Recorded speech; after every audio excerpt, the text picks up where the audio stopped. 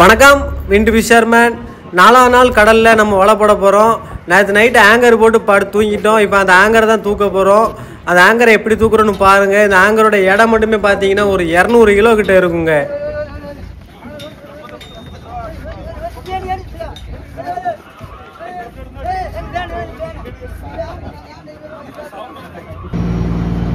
Anchor நல்லா மணலுக்குள்ளே பதஞ்சு போய் இருக்கும். நங்கரம் தூக்கும்போது பார்த்தீங்கன்னா அணியத்தில் மடக்கிட்டு ஒரு இழுத்துட்டு தான் தூக்கே ஆரம்பிப்போம். டேரெக்டாக நம்ம மிஷினில் போட்டு தூக்கணும் அப்படின்னா கயிறு தெரிச்சிரும், அப்படின்னா நங்கரம் அத்துட்டு போயிடும். அதனால தான் இந்த மணி கெட்டி இழுக்கிறோம். இப்போ நம்மளுக்கு பக்கத்தில் பார்த்தீங்கன்னா ஒரு கப்பல் கிடக்கு. அது என்ன கப்பல்னு பார்த்தீங்கன்னா அந்த காரு வண்டியில ஏற்றிட்டு போகிற கப்பல் தாங்க. அதிக அளவில் நம்ம கிடக்கிற இடத்துல கப்பல்கள் பார்க்க முடிஞ்சது. இப்போ பார்த்துக்கிட்டு இருக்க கப்பல் பார்த்தீங்கன்னா கண்டெய்னர் கப்பல், எம்எஸ்சி கம்பெனி. அதிக அளவில் கடலில் கப்பல்னு பார்த்தீங்கன்னா அந்த எம்எஸ்சி கம்பெனி அதிகமாக நான் பார்த்துருக்கேன். நீங்கள் யாராச்சும் இந்த மாதிரி அதிகமாக இந்த கம்பெனியை பார்த்துருக்கீங்களா? அப்படி பார்த்துருந்தீங்கன்னா எனக்கு கமெண்டில் சொல்லுங்கள்.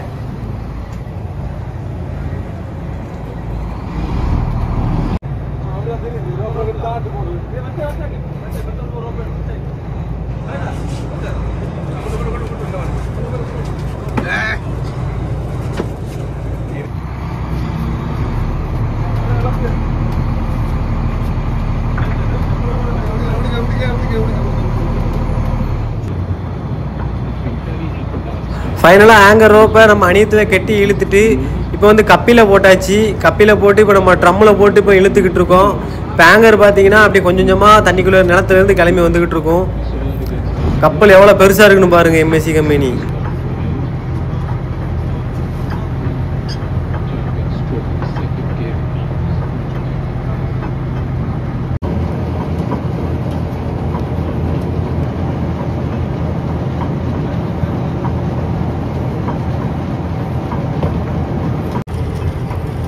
ஆங்கருக்கு நம்ம சப்போர்ட்டாக கட்டி விட்ட கல் இப்போ பார்த்தீங்கன்னா மேலே வந்துருச்சு. அந்த கல்லை நாங்கள் எப்படி எந்த அளவுக்கு நல்லா வரிஞ்சு மால் வச்சு கட்டியிருக்கோன்னு பாருங்கள். இது எதுக்கு கட்டி போடுறோம்னா அந்த ஆங்கர் வந்து பேலன்ஸாக நிலத்துல நிற்கிறதுக்காக தான் இந்த மாதிரிக்கு வெயிட்டு போடுறோம்.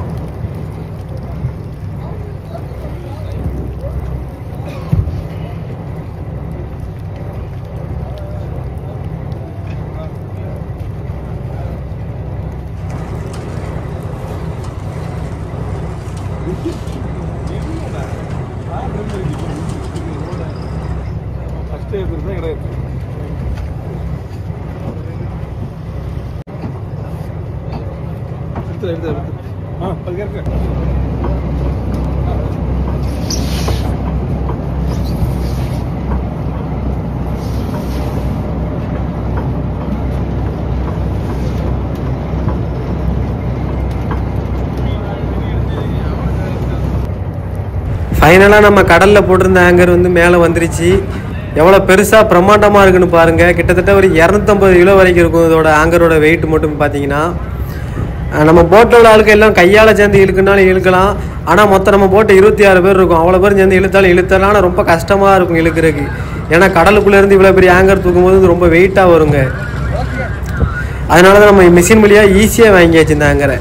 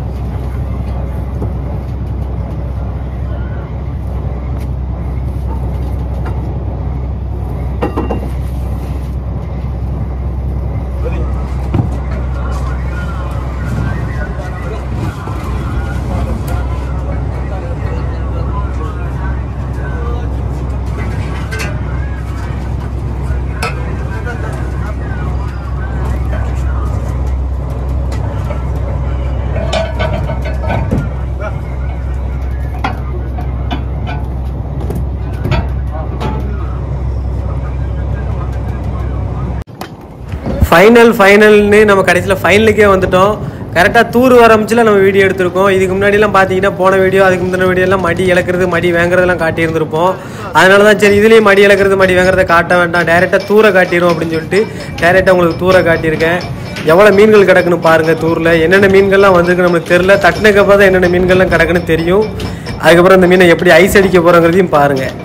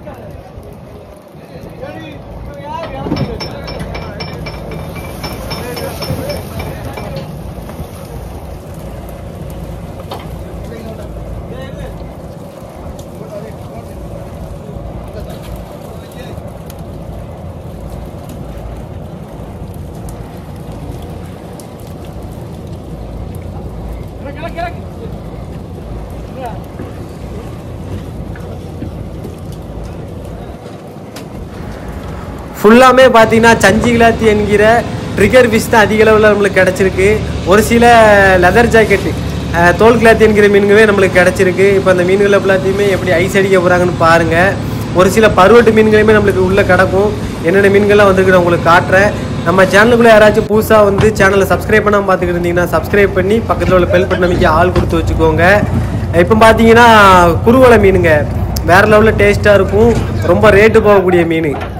அப்படியே பார்த்தீங்கன்னா அடுத்த பாடு நம்ம கடலுக்குள்ளே மடியை தள்ள ஆரம்பிச்சிட்டோம். அடுத்த பாடு என்னென்ன மீன்கள்லாம் வரப்போகுதுன்னு தெரில. சப்ஸ்கிரைப் பண்ணி பக்கத்தில் உள்ள பெல் பட்டன் அமைக்க ஆள் கொடுத்து வச்சுக்கோங்க. அடுத்த போடுற வீடியோ வந்து உங்களுக்கு டக்குன்னு நோட்டிஃபிகேஷன்லாம் வந்துடும்.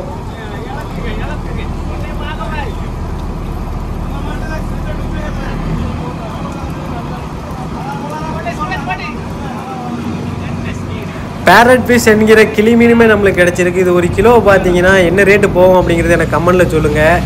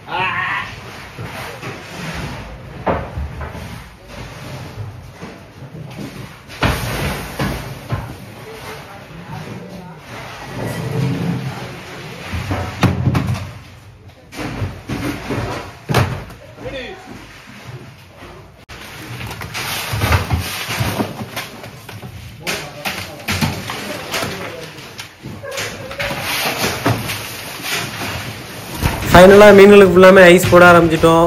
இந்த மீன்களுக்கு ஃபுல்லாமே இந்த மாதிரி தான் நம்ம ஐஸ் போடுவோம். பருவட்டு மீன்களை தான் தெளிவாக அடுக்கி வச்சு நம்ம ஐஸ் போடுவோம். இது பூராமே பார்த்தீங்கன்னா கோழி தீவனத்துக்கு போகக்கூடிய மீன்கள் தாங்க. எப்படி உயிரோட துடிக்க தட்டி ஐஸ் போடுறோன்னு பாருங்கள்.